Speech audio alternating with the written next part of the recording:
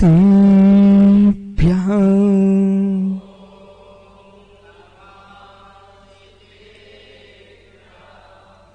श्रीमुत्पुरुंगुंभीर साद्वांगुग्लांचिनं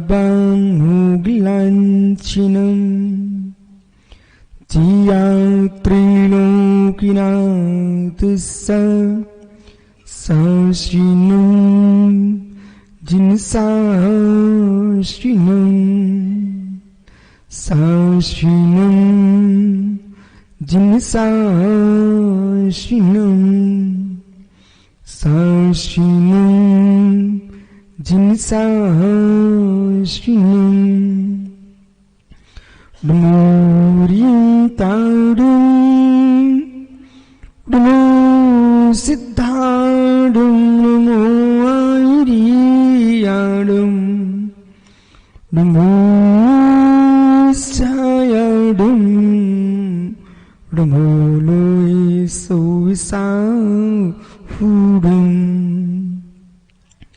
अनंत अनंत परम सिद्ध भवानी की एक जड़वान शांतिनाथ स्वामी की एक जड़वान महावीर स्वामी की परम पूज आचार्य भगवान कुंद कुंद स्वामी की परम पूज आचार्य रविराग सागर महाराज की अहिंसामय विश्व धर्म की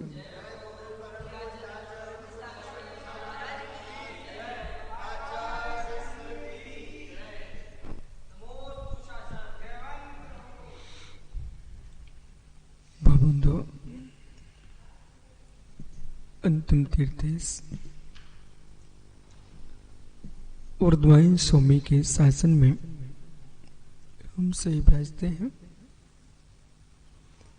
तीर्थंक जिनेन्द्र की पीयूष देशना जिनेन्द्र वाणी मनुष्य जगत कल्याणी है। ये सर्वज्ञ शासन नमो शासन जयवंतो हो जयवंतो वितराग श्रवण संस्कृति। भगवान सर्वज्ञदेव ने अनंतात्मक वस्तु को अनंत ज्ञान से जाना, अनंत ज्ञान से जाना और अनंत दर्शन से देखा और अनंत ज्ञान दर्शन से देखा जाना है जिसे सहज उनकी दुनिया में खिरा और दुनिया में खिरना बहुत अनिवार्य था। इस बात का निर्णय हो जाए जगत के प्राणियों को, जब तक हम कुछ करेंगे तब तक संसार का सुख भोगेंगे, दुख भोगेंगे। और जिस दिन जगत का करना बंद हो जाएगा उस दिन संसार का सुख दुख भी बंद हो जाएगा और शिव सुख प्रारंभ हो जाएगा। कर्तृत्व दृष्टि संसार का दुख और सुख प्रदान करता है। कर्तृत्व शून्य दृष्टि परमार्थ का सुख देता है। और यदि ये भगवान की देशना न करती तो जगत के जीवों को ये भान ही नहीं होता बिना किए भी कुछ होता है और बिना किए शिव सुख होता है। बहिरंग पुरुषार्थ जगत का सुख दुख देता है, अंतरंग पुरुषार्थ आत्म सुख देता है। और ये अंतरंग जो पुरुषार्थ था वो मिथ्यात्व गुणस्थान से प्रारंभ होता है। सम्यक्त मित्र देख तेरा नाम सम्यक्त रखा गया है। अंतरंग का जो पुरुषार्थ है ये मिथ्या गुणस्थान से प्रारंभ होता है। भैया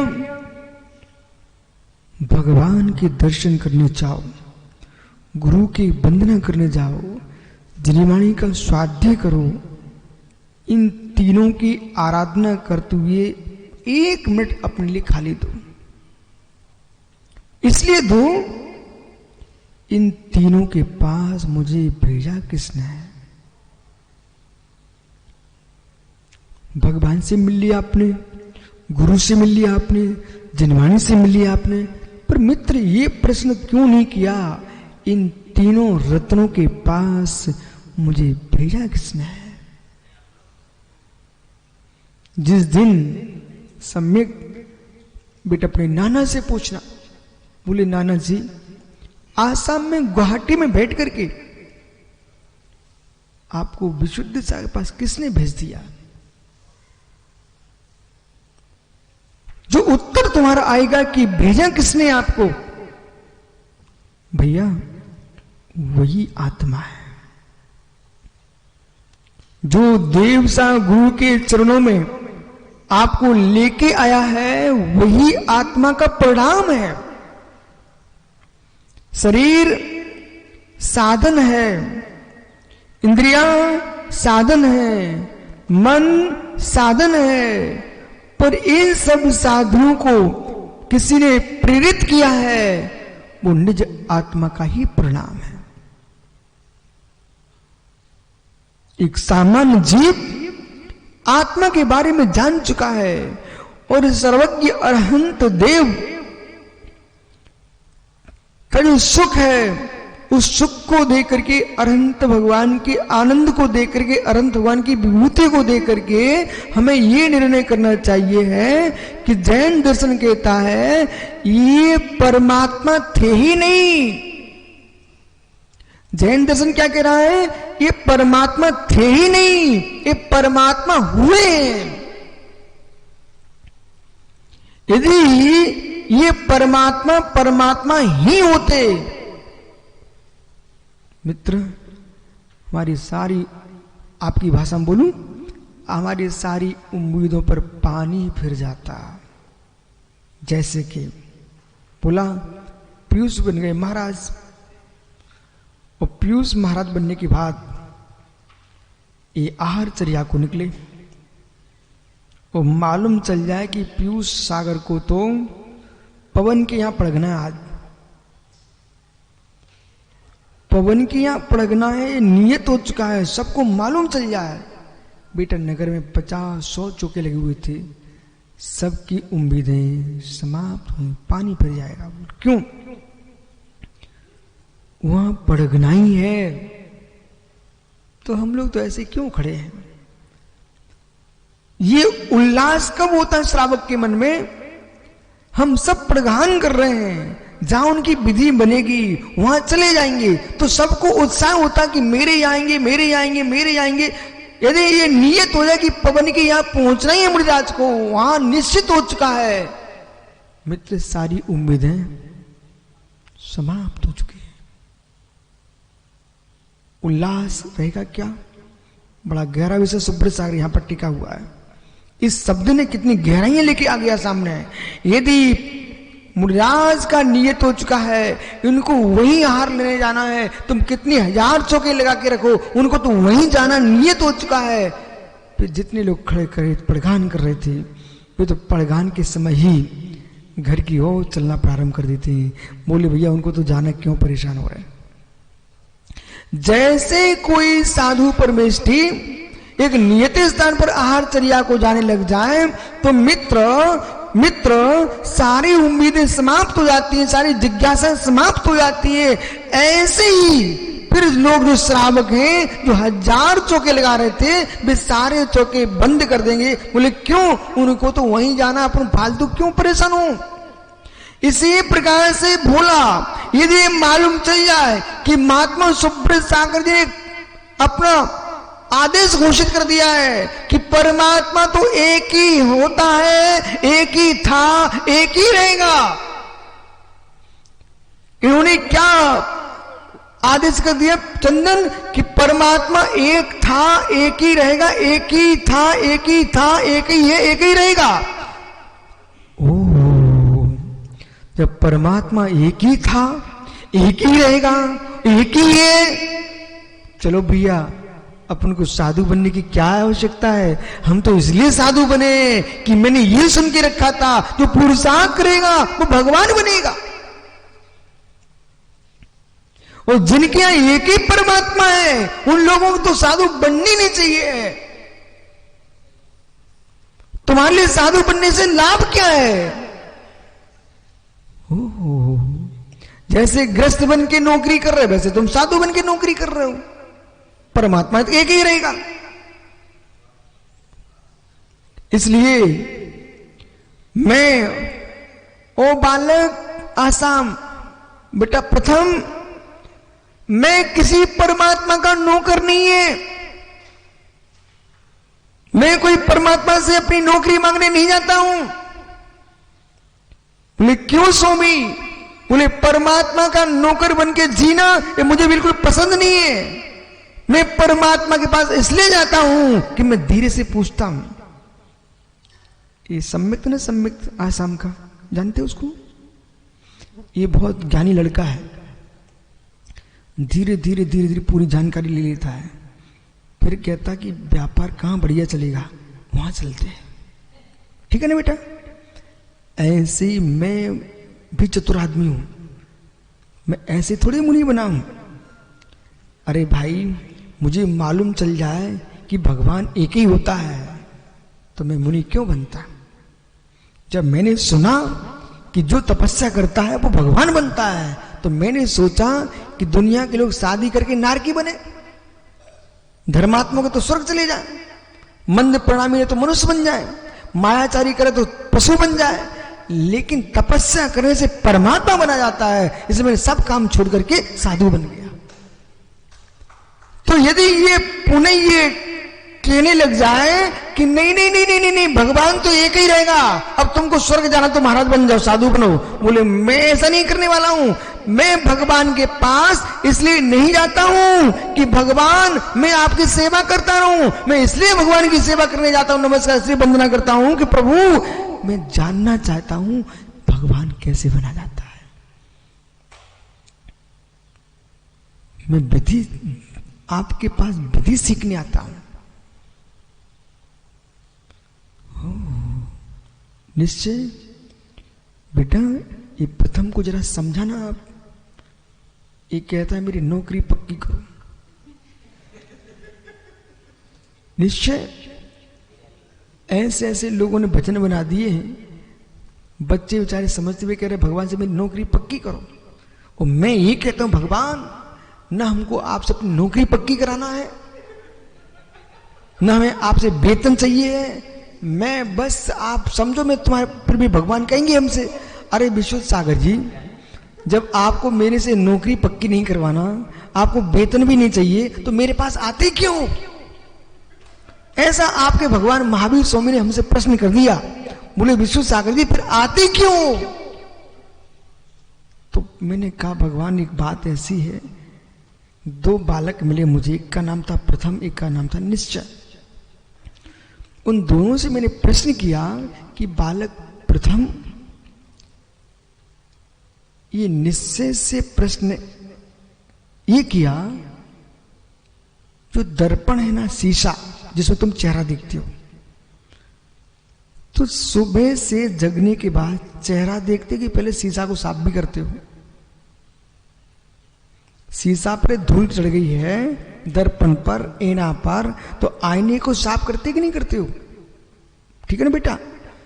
अब निश्चय आप प्रथम को ये समझाओ तो एक कपड़ा लेकर के शीशे को साफ करते रहोगे कि शीशे को साफ करने के लिए तुम्हें कपड़ा लिया है कि शीशे में अपने चेहरे को साफ करने के लिए आए हो?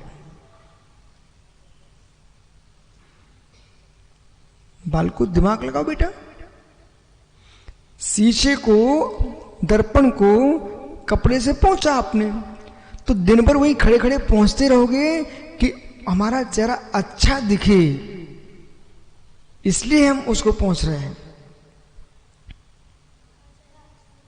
इसलिए पहुंच रहे हो ना?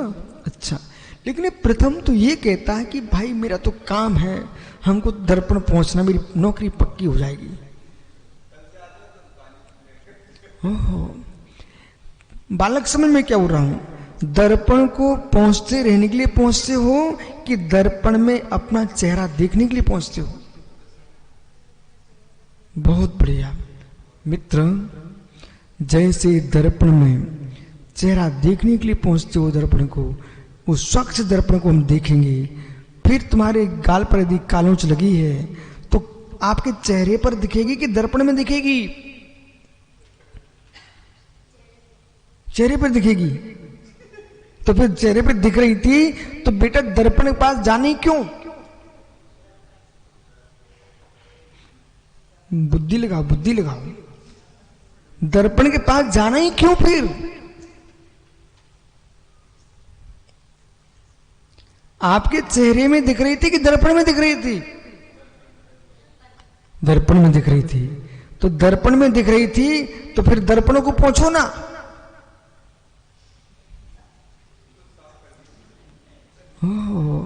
बेटा दर्पण में तुम देखते हो पर कालोच तो तुम्हारे गाल पर है। दर्पण को पोंछने से ऋषभ गाल साफ नहीं होगा। गाल पर पोंछो दर्पण देख करके तो आपका गाल साफ हो जाएगा। ऐसे बालक हम भगवान के नौकर बनने नहीं जाते, हम दर्पण के नौकर बनने नहीं जाते। हम दर्पण के सामने खड़े होकर के अपने गाल की कालोच दे करके उसको पोंछ लेते, साफ हो जाते हैं, स्वच्छ हो जाते हैं। ऐसे हम भगवान के पास जाकर के भगवान के बिंब में अपनी बुराइयों को दे करके मैं अपनी बुराइयों को मैं स्वयं साफ करूंगा तो मैं भी भगवान बन जाऊंगा।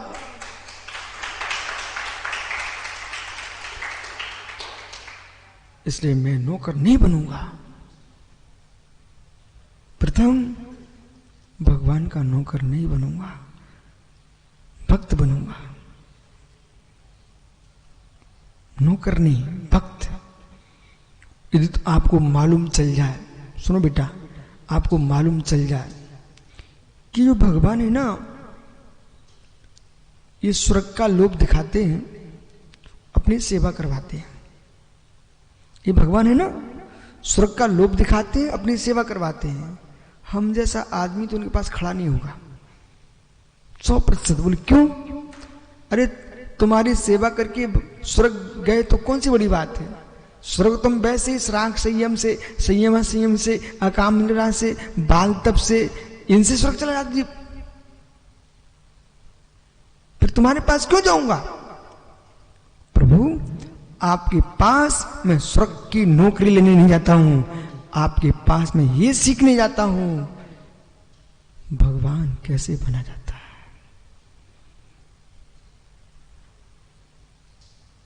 भगवान कैसे बना जाता है।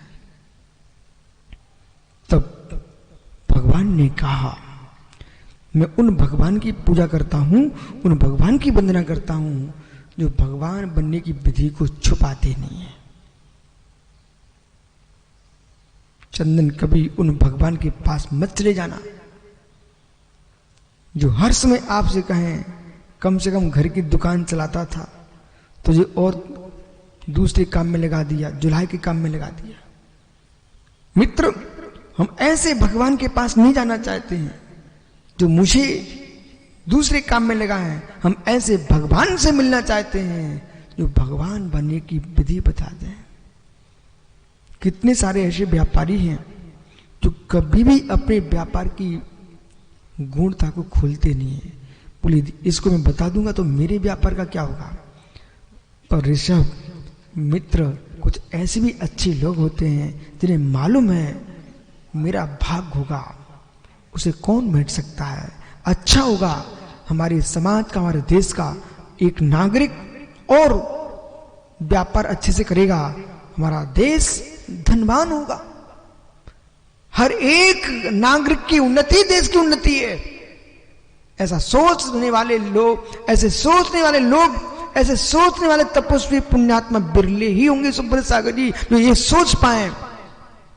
यदि ये सभी मुनिराज संस्कृत प्राकृत और 18 भाषा 19 भाषा 50 भाषाओं ज्ञाता हो गए तो मित्र ये न सोच संपूर्ण सागर कि लो समुद्र सागर हो सीख गए। अरे ये सोचो हमारे देश में इतने सुंदर पढ़े लिखे साधु हैं।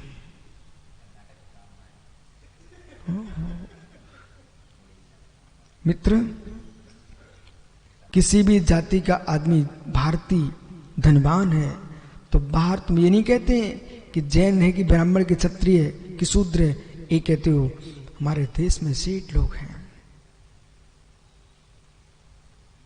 जब जब साधु की चर्चा आएगी मित्र, तो ये थोड़ी कहा जाएगा कि जब शून्य की व्याख्या करोगे तो यही कहोगे भारत में साधुओं ने शून्य की व्याख्या की है। बाद में कहोगे वो साधु कौन थे? दिगंबर जैन आचार्य थे। मेरे मित्र सर्वनंदी आचार्य महाराज ने लोक विभाग ग्रंथ में शून्य की व्याख्या लिखी है। मूल का कभी नाम नहीं छपाना चाहिए। वृषभ, चंद्र नाड़ी, सूर्य नाड़ी, सुषुम्ना, ये सारे विषय आपने एक पुस्तक बेटा लिखी और उस पुस्तक में नाम लिखा है ऋषभ प्रसाद। इसके लेखक हैं वृषभ।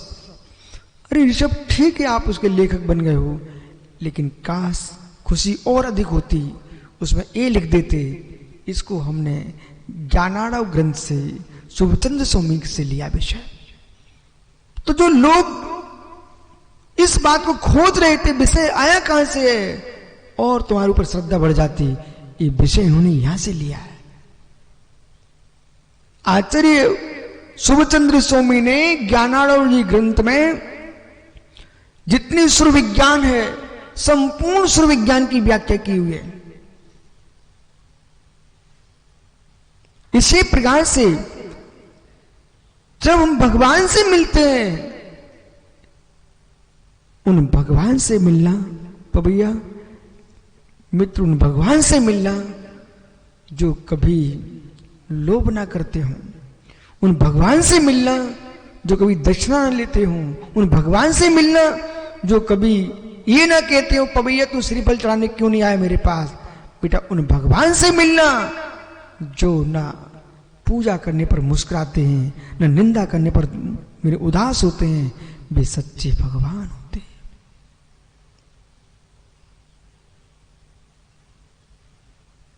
धन्य जिन शासन जहां भगवंतों ने उपदेश ही कर दिया कि हम सिद्ध बने हैं तो कैसे बने हैं, हम अरिहंत बने तो कैसे बने हैं। इसलिए मालूम द्वासांग बाड़ी सर्वज्ञ वाणी है, कही जाती है, ऐसा मत बोलना स्वप्न में भी, भूल मत करना जीवन में, कही जाती है मतलब कहीं शंका है। द्वासांग वाणी सर्वज्ञ वाणी है, इस शब्द को सुनकर के आपको भोला प्रश्न खड़ा करना चाहिए, द्वासांग वाणी सर्वज्ञ वाणी ऐसा क्यों कहा आपने? इसलिए कहा है कि वो सर्वज्ञ परमात्मा कितना महान है। अगला प्रश्न है कि द्वासांग वाणी में अवरल व्याख्यान किसका? समय नहीं मेरे पास, जल्दी बोल। द्वासांग वाणी में वर्णन किसका है? द्वासांग वाणी में निश्चय भगवान बनने का वर्णन है। तो मतलब वो भगवान हमारा कितना महान उदारवादी है जिसने भगवान बनने की विधि द्वासांग वाणी में कही है। इसलिए मेरे मित्र भगवान पर मेरी अकाट श्रद्धा बढ़ जाती है कि ये वो दर्शन है जहां का परमात्मा एक बन के नहीं रहता है, सारे विश्व के प्राणियों को परमात्मा देखना चाहता है, ऐसा परमात्मा पूज्य है। वो विधि क्या है? पहली विधि का विधान है सम्यक दर्शन। भगवान बनने की पहली विधि का पहला सूत्र क्या है? सम्यक दर्शन। दर्शन मूलो धम्मो, सम्यक दर्शन जिसमें निसंकित, निकांचित, ओह निर्चिक्षा, अमूर दृष्टि, उपगुहन, स्थितिकरण, वात्सल्य, प्रभावना, ये 8 अंग निहित हैं। अमूर्त दृष्टि की व्याख्या के बाद अब आपके सामने उपगुहन, उपगुहन, उपब्रहण, 2 शब्द का ध्यान रखना। उपगुहन, उपब्रहण, एक ही अंग के 2 नाम हैं। उपगुहन, उपब्रहण। उपब्रहण सम्यक दृष्टि जीव, सम्यक भाई भैया तू राजस्थान से आसाम गया, आसाम से फिर राजस्थान जाना चाह रहा है, क्या रहस्य? बोले स्वामी, जब गया था तब युवा था, लौटा हूं ग्रस्त बन के। बढ़ गए ना, बढ़ गए ना, जब बढ़ गए हो तो और बढ़ना। ऐसे श्रावकों को जन्म देना कि बेटा तेरे जैसे मुनियों की सेवा करने वाले हो। ऐसी संतान को जन्म देना कि वो बालक मुनिराज बने और नहीं बन सके तो वर्तमान में विराजी मुनियों की बैया वृत्ति करें।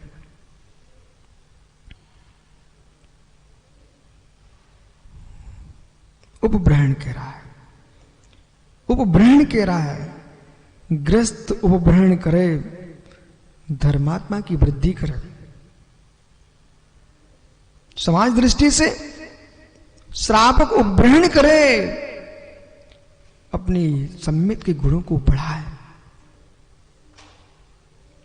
ज्ञान की वृद्धि करे, सदाचार की वृद्धि करे,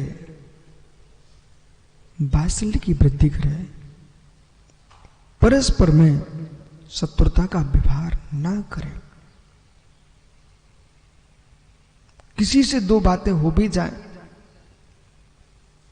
मित्र आखिर में ठंडा तो होना ही पड़ेगा, उस बात को वहीं समापन कर दिया जाए। मेरी बात दूसरे को बता करके तुम कुछ नहीं पा पाओगे। अपनी ही गलती बता रहे हो कि मैं उस व्यक्ति से टूट चुका हूं। गलती कौन किसकी बताएगा चंदन? यदि यश की गलती आप मुझे बता रहे हैं, इसका मतलब है कि आप यश से टूट चुके हो। और कोई नीतज्ञ आदमी हुआ, जैसे ही आपने कहा कि यश ऐसा है, जबकि तुम 4 मित्र आए थे और 4 में तुम कह रहे ये मेरा मित्र ऐसा है ऐसा है, मतलब अभी तुम 4 की ताकत थी, एक साथ 4 की ताकत थी। और जैसे चंदन ने कहा अंकुश ये यश ऐसा लड़का है, अंकुश समझ गया इसकी एक शक्ति टूट चुकी है, वो धीरे से जाकर के यश से मिल जाएगा और यश से मिलकर के आपकी पूरी की पूरी कमी निकाल लेगा। मालूम चला आप अपने हृदय की बात हृदय में नहीं रख पाए और बाहर प्रकट किया, अपनी ही शक्ति तुमने नाश कर ली। चाहे वे यति संघ हो, चाहे वे श्रावक हो, चाहे राजनेता हो, राष्ट्र हो, अंतरराष्ट्र हो, अपने घर की बात तुम दूसरे से कहोगे, सम्यक बेटा इतनी बात तो मेरी तू मान लेना, जिस सासू की बेटी को तुम लेके आया उसका पालन करना, अच्छे से रखना, लड़ना मत। लेकिन इस बात का ध्यान रखना, अपनी मां की गलती कभी अपनी पत्नी को मत बताना। मां और पत्नी दोनों का मीत बन के रहना चाहता बेटा, कभी मां की गलती अपनी पत्नी को मत बोलना। और उससे यह भी मत पूछना कि तुम्हारी मां में क्या गलती है। यदि आपने अपनी पत्नी से उसकी मां की गलती पूछ लिए तो बेटा जो तुम अपनी सासू को श्रद्धा से देखते थे ना, वो श्रद्धा टूट जाएगी। ससुराल में जितने प्रेम से तुम जाते थे वो प्रेम तुम्हारा समाप्त हो जाएगा। ऋषभ नीति सीखना है। यदि आप अपनी मां की गलती अपनी पत्नी से बोल दिए, मित्र विश्वास रखना, पत्नी होशियार हुई, वो समझ जाएगी ये तो मेरा चेहरा बन चुका है, इसको अपनी मां पर विश्वास नहीं है, अब तो इसको मैं अपने अनुसार चलाऊंगी। अथवा ऐसा भी सोच सकती है, अरे इस पर विश्वास नहीं करना। बोले क्यों? मेरे राग में अपनी मां की निंदा मेरे से कर सकता है, तो कभी दूसरे के राग में मेरी भी निंदा कर देगा। आलोचना करने वाले, दूसरे की गलती प्रकट करने वाले लोग कहीं भी विश्वास की बात नहीं बनते। उपगुहन अंग बहुत गहरा है। जो पुरुष पर निंदा कर रहा है धर्मात्मा की अवहेलना कर रहा है, मित्र उसने अपने धर्म की अवहेलना की है। धर्म की अवहेलना की है, क्योंकि न धर्मो धर्म कैर्विना, धर्म धर्मात्मा के अभाव में नहीं होता।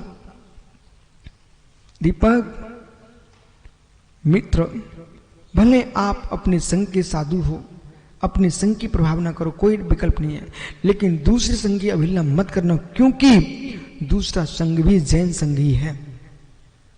और जहां आप नहीं पहुंच पाए हो, वो संघ जाके वहां जैन शासन की प्रभावना कर रहा है। सुब्रत सागर जी अभी ये सम्यक बोल रहा, तो बोले महाराज जी मैं आसाम से जयपुर जा रहा हूं। क्यों जा रहे हो? बोले वहां तो ऐसा व्यवहार होता है, वहां मुनिराज ज्यादा पहुंचते नहीं है, धर्म का कोई वातावरण ज्यादा रहता नहीं है, और हम जयपुर राजस्थान में आ जाएंगे। सोच देखो, तो मुनियों के दर्शन तो रोज कर पाएंगे। बेटा इस दृष्टि से तुम आ रहे हो तो कितना श्रेष्ठ विचार है। बोले मुनियों के दर्शन तो कर पाएंगे। भैया विश्व के किसी भी कोने में चले जाना, धन के टुकड़े तो सब जगह मिल सकते हैं चंदन, लेकिन निर्गंतों के हाथ पर रोटी रखने के टुकड़े रखने को नहीं मिल सकते।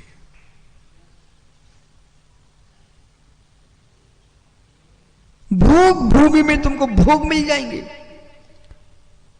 पर भोग भूमि में जाने के लिए भी, पुरुषा करने के लिए कर्म भूमि में ही साधु परमेष्टि मिलेंगे। उनको आहार दे के ही तुम भोग भूमि में जा पाओगे। और सम्यक दृष्टि हुए तो आहार दान देना नियम से स्वर्ग जाएगा। और मिथ्यात के साथ आहार दान दिया अथवा आयु बंद कर लिया तो मित्र भोग भूमिया मनुष्य बन जाओगे। इसलिए सम्यक्त का उपगुवन अंग है, वो पहले उपब्रहण की व्याख्या करो। बढ़ाना बढ़ाना, अपने गुणों को बढ़ाइए, अपने गुणों को बढ़ाइए। नाणेन दंशन चरित्र तेव, ज्ञान से, दर्शन से, चारित्र से, शांति यानी क्षमा से और निर्लोभता से आगे बढ़ना चाहिए। ये परम सत्य है। ये आगे बढ़ने की बहुत बड़ी कला है। यदि आपसे कोई परिचित नहीं है, पंडित भागचंद जी का नाम आपने सुना है, जिन्होंने महावीराष्टक लिखा है। मित्र, संपत्ति और सरस्वती, इनकी दुश्मनी तो देखो। संपत्ति के वाले के पास सरस्वती नहीं दिख रही है, और सरस्वती के वाले की संपत्ति नहीं दिख रही है। गुना जिले में ईसागढ़ एक नगर है, जहां बड़े सुंदर जिनालय हैं। आपके राजस्थान से लगा हुआ गुना जिला मध्य प्रदेश का। सम्यक पंडित जी की हालत खराब, घर में बच्चों का पेट पालना मुश्किल, तो विद्वान जयपुर पहुंचे। जयपुर जाकर के कहां खड़े थे मालूम? अधिकांश आप हर नगर में देखोगे एक निश्चित स्थान होता है, वहां सुबह से मजदूर लोग खड़े हो जाते हैं, और जिनको मजदूर लेना आवश्यकता होती है वो वहीं से ले जाते हैं। तो पंडित जी ने भी सोचा मजदूरी के लिए उस भीड़ में खड़े हो गए, जाकर के कोई ले जाए। पर विश्व सागर जी, देश में गरीब लोगों की हालत खराब नहीं है, अमीरों की भी नहीं है। अमीरों की है ही नहीं है, वे तो उनके पास सब कुछ है, और गरीब को लोग चेहरा देकर के कम से कम मजदूरी दे देते हैं। हालत खराब उनकी है जो गरीब भी नहीं है, अमीर भी नहीं है, मध्यम वर्ग के लोग हैं, चेहरे पर गरीबी दिख नहीं रही है। ओहो, अथवा सवर्ण का आदमी सवर्ण का, लेकिन जन्म तो सवर्ण में हो गया, पर संपत्ति नहीं मिली, उस श्रवण वाले की हालत खराब है। बोले सारी व्यवस्थाएं तो मिल जाएंगी जो श्रवण की नहीं उन सबको, लेकिन तुम श्रवण की हो इसलिए कोई व्यवस्था तो नहीं मिलेगी, पर घर में कंगाली और रहेगी। पंडित साहब के साथ यही हुआ। वे मजदूरों की भीड़ में पहुंच तो गए, लेकिन जितने सेठ काम के लिए बुलाने आए थे ना, वे सारे मजदूरों को ले गए। पंडित जी को किसी ने नहीं पूछा। कारण क्या था कि चेहरे पर तो विद्युता झलक रही थी ना, चेहरे पर तो विद्युता झलक रही थी ना, गरीब कोई देख ही नहीं रहे थे उनको, लेकिन बेचारे चेहरा उदास करके आगे गली में बढ़ते चले गए। और जैसे ही गली में निकल रहे थे, जयपुर की एक गली में जिन्होंने प्रवेश किया, वहां जिनालय की घंटी की आवाज सुनाई पड़ी। पवन सुनते जाओ बेटा, बेदिन तो नहीं तुम्हारे साथ, देख भाई बेटा देख। पंडित उन्होंने घंटी की आवाज सुनी, उनका मुख ऐसे मुड़ गया, और जैसे ही मुख मुड़ा श्री जिनालय। अब जयपुर में इतने मंदिर हैं, एक दो दिन में तो पूरे हो ही नहीं सकते। मालूम लगभग 450 श्री जिनालय है वहां पर। अब पंडित जी ने जब देखा, वो बड़ी बड़ी नसियां हैं वहां। बोले मजदूरी तो नहीं मिली, कोई बात नहीं है। प्रथम मजदूरी तो नहीं मिली, कोई बात नहीं है, लेकिन भगवान के दर्शन करने फिर निकल जाएंगे मजदूरी के लिए। तो पंडित जी मंदिर में प्रवेश कर गए। जिनालय में जैसे प्रवेश किया, मित्र प्रभु के दर्शन किए गदगद भाव से। वो दर्शन करने के उपरांत बालक जो व्यक्ति ताश खेलता हो ना, वो कि ताश का अड्डा मिल जाए फिर वो नहीं हिलता। एक हाथी को मैंने देखा, हाथी को ये चंदन को कौन सा बालाबेट तालाबेट गजरत था ना महोत्सव, बालाबेट में क्या हुआ, वो हाथी को महावत ले जा रहा था। इसी बीच में एक बढ़िया वृक्ष मिला, पत्ते थे पीपल के, उसके बरगद के। अब उसने सूंड फंसाई, और जब सूंड फंसाई ना, अब वो महावत हाँक रहा, हाथी चल ही नहीं गया। बोले क्यों? उसको तो अपना भोजन ही मिल गया। तो ऐसे जिसको अपना भोजन मिल जाए तो सूंड फंसा के खड़ा रह गया, तो तोड़ने लग गया, पत्तियां डालों को तोड़ने लग गया, महावत हाँक रहा है। ऐसे मेरे मित्र जिसको ताश खेलने की आदत है, उसको तो अपना विषय मिल गया। अब एक मन से तू हाँक रहा है, चलो उठ उठ, और दूसरा मन वहीं बैठ गया। पर पंडित जी को ताश का शौक नहीं था, उनको अपना विषय मिल गया। जैसे प्रभु की वंदना की, जयपुर में प्राचीन काल से ही जिनालय में स्वाध्याय की परंपरा थी, वचनकाएं होती थी। तो एक जिनालय में वहां पर 10-15 लोग बैठे बैठे पाचना कर रहे थे ग्रंथ की। अब सोचते हैं पंडित जी भागचंद जी, चलो मजदूरी तो ठीक है, स्वाध्याय वो सुन लो थोड़ी देर। देखो समय की बलिहारियां। पंडित जी बैठ गए पीछे। अब पुरानी बंडी जानते, बंडी, वो ऐसे कपड़ा रहता बंडी, वो बंडी पहने पंडित जी बैठे। जब स्वाध्याय करते करते बढ़िया जी आपस में स्वाध्याय करने वाले लोगों का प्रश्नोत्तर होने लग गए। जब प्रश्नोत्तर हो रहे थे ना, तो जो उत्तर दे रहे थे उनसे उत्तर बन नहीं रहा था। अब इनको कहां चैन पड़ता पंडित जी को, पीछे बैठे सेठों के। जब प्रश्न पूरा नहीं हो सका और सब शांत हो गए, तो पंडित जी ने हाथ जोड़ लिए। समय देखो, एक विद्वान हाथ जोड़ रहा है। बोले भैया, उन्होंने बुंदेलखंडी अपनी भाषा में बोले, कछु हम कहें का ई के बारे में, मतलब इस विषय हम बोले क्या। तो जितने सेठ लोग स्वाध्याय कर रहे थे जयपुर में, सबने हाँ बोलिए बोलिए, क्या कहना आपको। पंडित जी ने 2 मिनट के अंदर इस प्रकार से समझाया विषय को, सारे लोग ताली बजाने लग गए। और बस वहां सभा की मर्यादा थी, बहुत विनय चल रही थी। भक्ति प्रारंभ हुई जिनवाणी। तो जिनवाणी जब हुई ना चंदन, मालूम कौन सी जिनवाणी हुई? जिनवाणी मोचन सैनी। जिनवाणी मोचन सैनी। इसके बाद सबने कारसुर कर लिए, सब गेट के बाहर आ गए। अब पूछते पंडित से, आप कौन हैं, कहां जा रहे हो? उधर जिनवाणी का पाठ चल रहा था, वो पंडित जी की आंखों में टप टप आंसू टपक रहे थे। क्यों? बता कुछ नहीं रहे थे, आंखों में आंसू झलक रहे थे। जयपुर नगर के सेठों ने कहा, भाई आप बताओ, आपके नेत्र सजल क्यों हैं? आप अपना परिचय तो दो। बोले, क्या परिचय दूं? इस जिनवाणी में जो आप पढ़ रहे थे भागचंद, वो अभागा भागचंद मैं ही हूं। एक जिनवाणी हमने ही लिखी है। महावीराष्टक का पाठ भी आप पढ़ लेते हो, वो भी मैंने ही लिखा है। धन्नो हमारे समाज के लिए।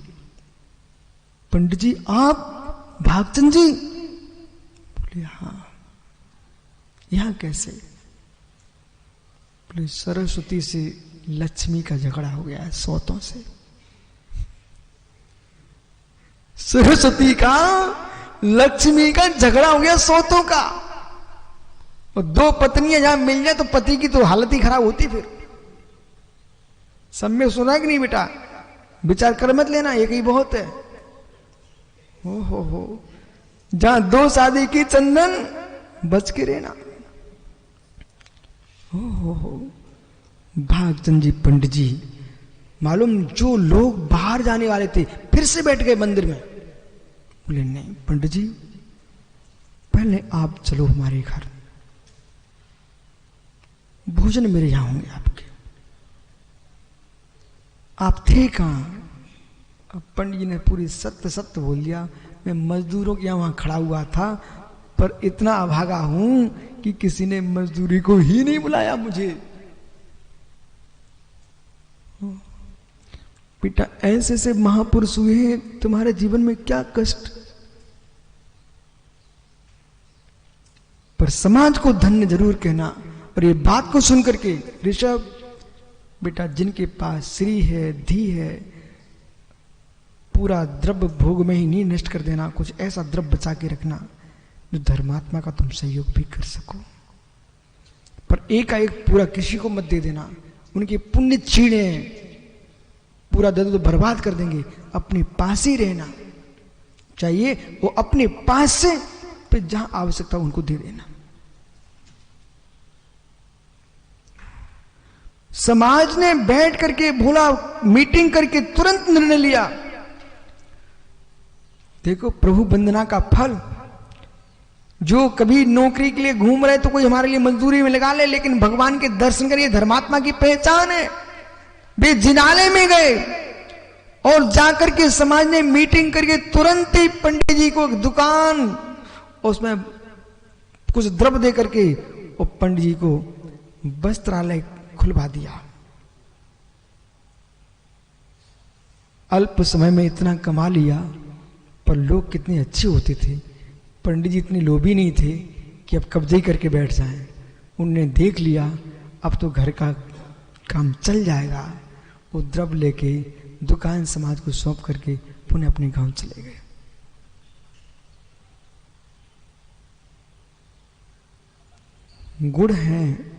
गुड़ है तो सर्वत्र पूजो।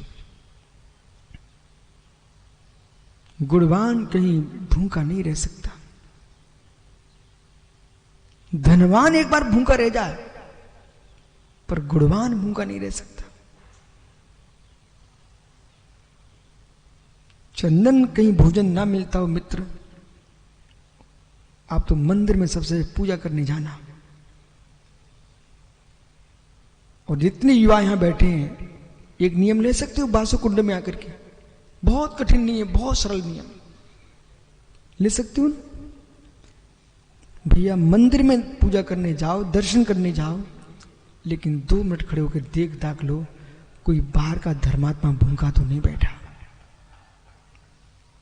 इतना नियम ले सकते मोनू? सभी जितने, चाहे दौरी के हो, चाहे भिंड के हो, चाहे कलकत्ता के, चाहे आसाम घोटी, चाहे ललितपुर के, सारे युवाओं से मेरा कहना बेटा,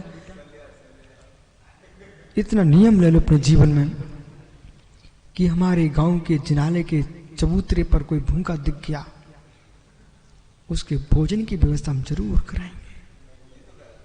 पक्का? बहुत बढ़िया। 9 बार नमो कर पढ़ लो बेटा, तुमने बहुत बड़ा नियम ले लिया है।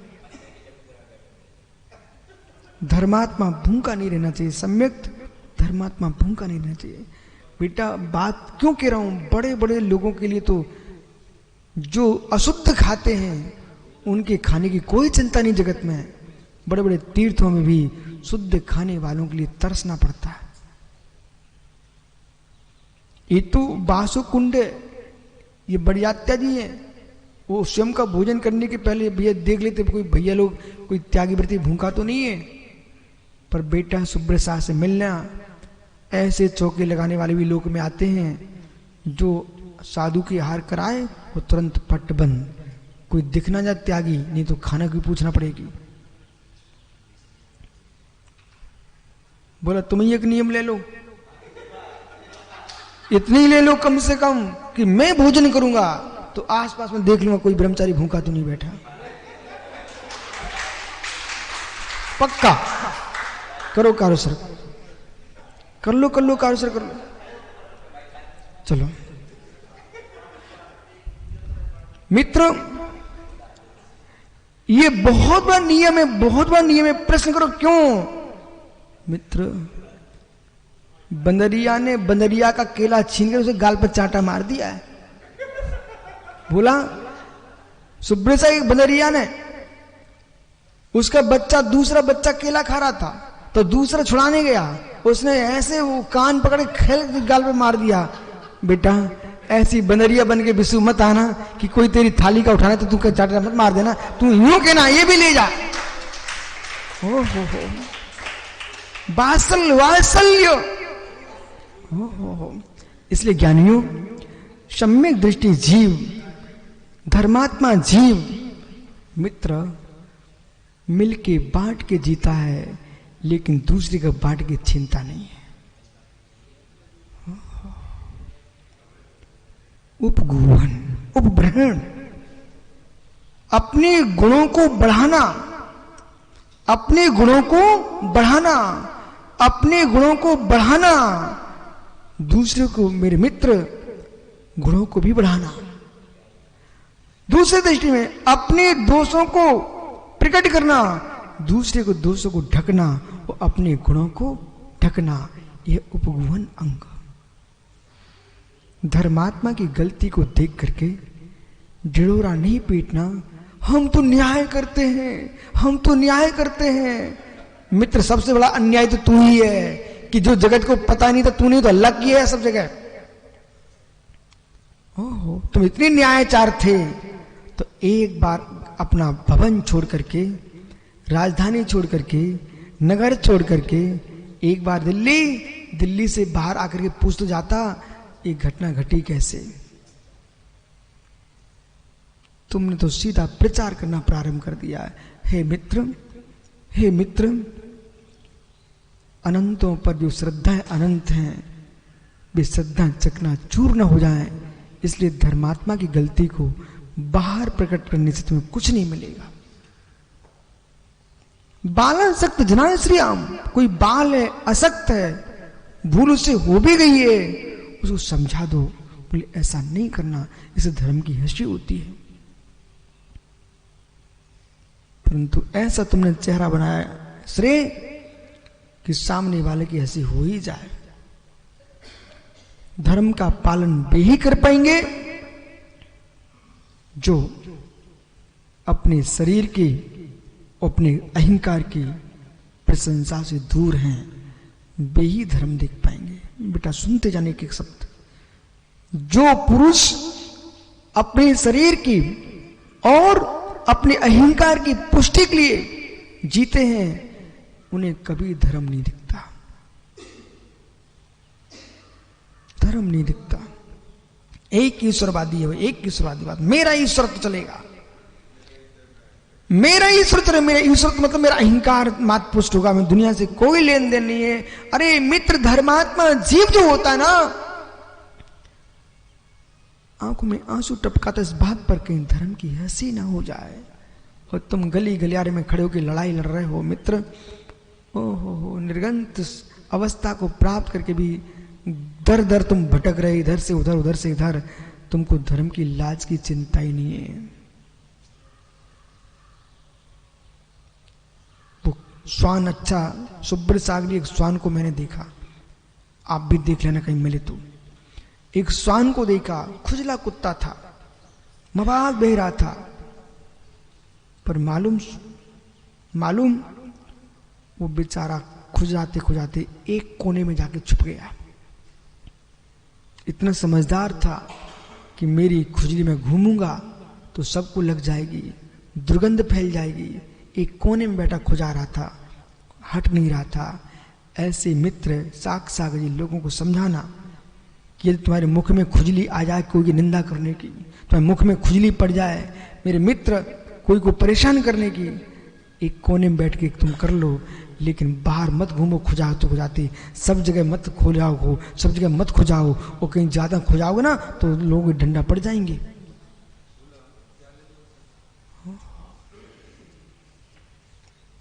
विषय समझ में क्या बोल रहा हूं?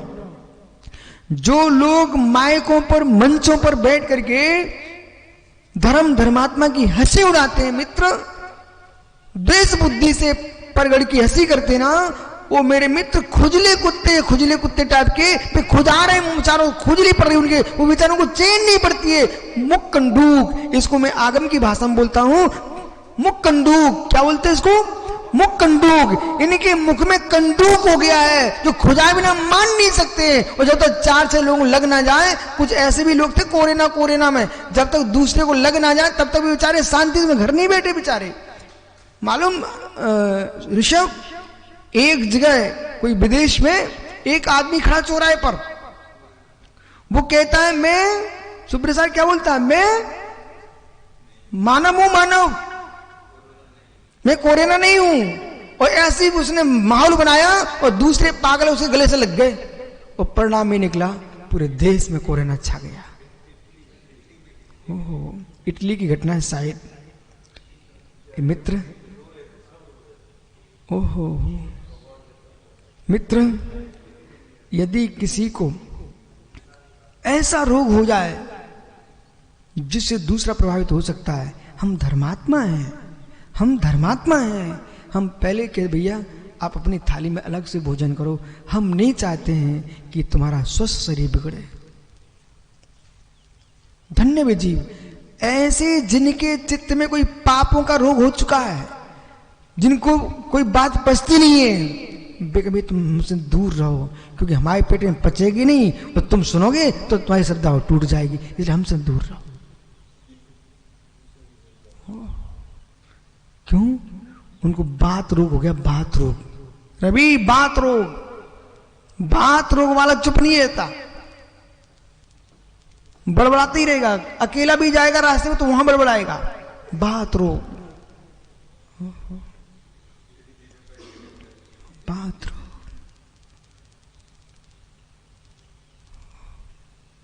क्या हो गया सबको? मनु, बिजली वाले से पूछना, हे मित्र, कितना धर्म में ली रहना चाहिए बेटा। अब तो ये निर्णय करना, मैं जी रहा हूं मात्र धर्म के लिए। जितने लोग कोरोना से सुरक्षित है ना, वो देश के प्रत्येक नागरिक को निर्णय करना चाहिए। ओहो बेटा, देखो कैसे पेटियां बंद कर निकाल दिया गया उनको, कोई चेहरा भी नहीं देख पाए ढंग से, भी मुस्कुराए कि ऐसे काल को मैंने विजय प्राप्त की है, और आज मैं सुरक्षित हूं मात्र किसके लिए? धर्म के लिए।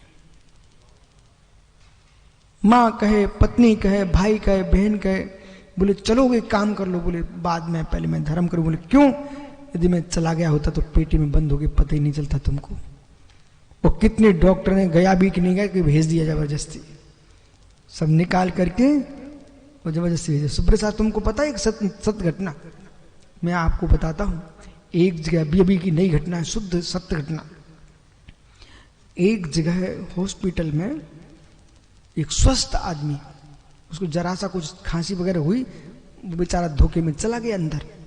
वो अंदर गया तो डॉक्टरों ने उसको बस जो करते वो काम किया, उसको इंजेक्शन लगा दिया किसका? शून्य होने का। पर वो इतना पुण्यात्मा जीव था, ऋषभ यही है ना, इतना पुण्यात्मा था, उसको बेहोश हुआ ही नहीं वो। पर आंखें बंद किए पड़ा रहा, बेहोश नहीं हुआ वो। बेहोशी का इंजेक्शन लगने के बाद भी बेहोश नहीं हुआ, इतना पुण्य तेज था। लेकिन मालूम हुआ क्या? आंखें बंद किए पड़ा था, परस्पर में यमराज के सहोदर बातें कर रहे थे। परस्पर में यमराज के सहोदर बातें कर रहे थे, कल इसका पुण्य, इसकी किडनी निकालेंगे, कल निकालेंगे, आज छोड़ दो। उसने सुन लिया सब, पड़ा रहा। बोले यम भगे यहां से। और जैसे भी डॉक्टर इधर से उधर कहीं निकल गए, उसने धीरे से सारे सरायन और ये नली मली सब निकाल के फेंकी। वो पलंग से उठा और सीधा घर भाग आया। उसने जाकर के शासन से, प्रशासन से बात की, परिवार में बात की, ये सत्य घटना है। और मालूम, बोले भाई मत जाना, घर में कोरोना से मर के कम से कम नमोकार सुना देना। लेकिन वहां तो भी सब निकालने के लिए तैयार थे, मैं उठ के भग आया हूं। ऐसा द्रव्य कमा के लोग करेंगे क्या? और ऐसा द्रव्य उनको फलित होगा क्या? ये लोगों की मानसिकता है, मात्र विश्वास की मानसिकता है। ऐसे छल कपट करके कोई व्यक्ति अपने यश भी कमा ले, 4 जगह फोटो लग भी जाएंगे दीवार पर, लेकिन श्रद्धा की दीवार से तुम नीचे उतर चुके हो। उपगूहन।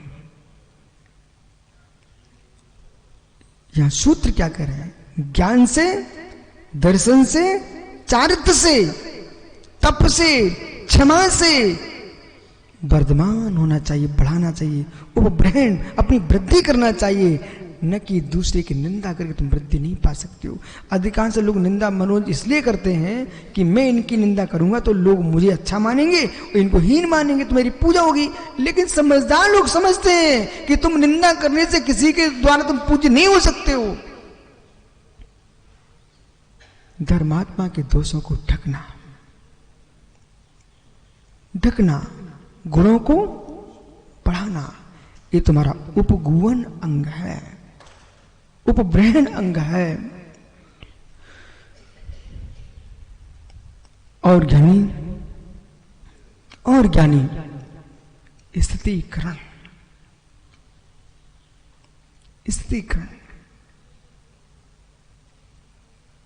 कोई नीचे गिर रहा है, उसे गिराना चाहिए कि बचाना चाहिए? भैया बेटा आप गए चंबिल, उस चंबिल में आपका मित्र डूबने लगा तो सारा दे देना। तो सारा दे देने का मतलब क्या था? कि उसको नीचे और ढकेल देना? अरे सारा उसके बाल पकड़ के खींच लो, उसको बचा लो। ऐसे कोई व्यक्ति ज्ञान से, दर्शन से, चार से गिर रहा है, भैया सुना ना, मित्र बनाना तो ऐसे बनाना कि जो कहें चलो सब मिस करके बंधना करके आए, जो कहें चलो वैशाली बासु कुंड चल रहे महाराज जी के पास जा रहे अपन, ऐसे लोगों को तो मित्र बनाना। ऐसे लोग मित्र बनाना। ऋषभ ने पूछा कहाँ जा रहे हो? बोले मैं वैशाली जा रहा हूँ। अरे तू कहाँ वैशाली जा रहा? चलो मेरे संग चल। बोले कहाँ? बोले गोवा चलते, गोवा घूमने के लिए, समुद्र। ओहो, हे मित्र, ऐसे लोगों को मित्र नहीं बना लेना जो गोवा ले जाए, ऐसे लोगों को मित्र बनाना जो सब में शिखर ले जाए।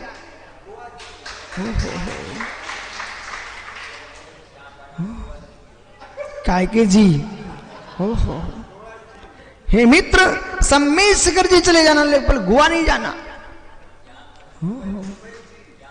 मित्र, जहां पर मनुष्यों की बिक्री हो जाए, जहां मां बहनें ही बिक जाएं, ऐसे दुबई मत चले जाना मेरे मित्र। जाना चाहो तो गोमेटेश्वर चले जाना। ऐसे ही लोग मिले निश्चय। मेरे मित्र बनाओ तो ऐसे बनाओ कि प्रथम कहे चलो चाट खा के आते बाजार में, प्रथम कहे चलो चाट खाते हैं बाजार में, और तुम कह रहे चलो सोने के कपड़े पहनो अपन चलते आहार देने के लिए। ऐसा मित्र मिले आहार देने ले जाए, उसे तो मित्र बनाए ना। जो चाट खाने ले जाए उसको मित्र नहीं बनाने का। प्रथम चाट खाने के लिए नहीं जाना है, न चाटा खाने के लिए जाना है। अपन को महाराज की आहार देना है और चौके में शुद्ध भोजन करना है। ठीक है।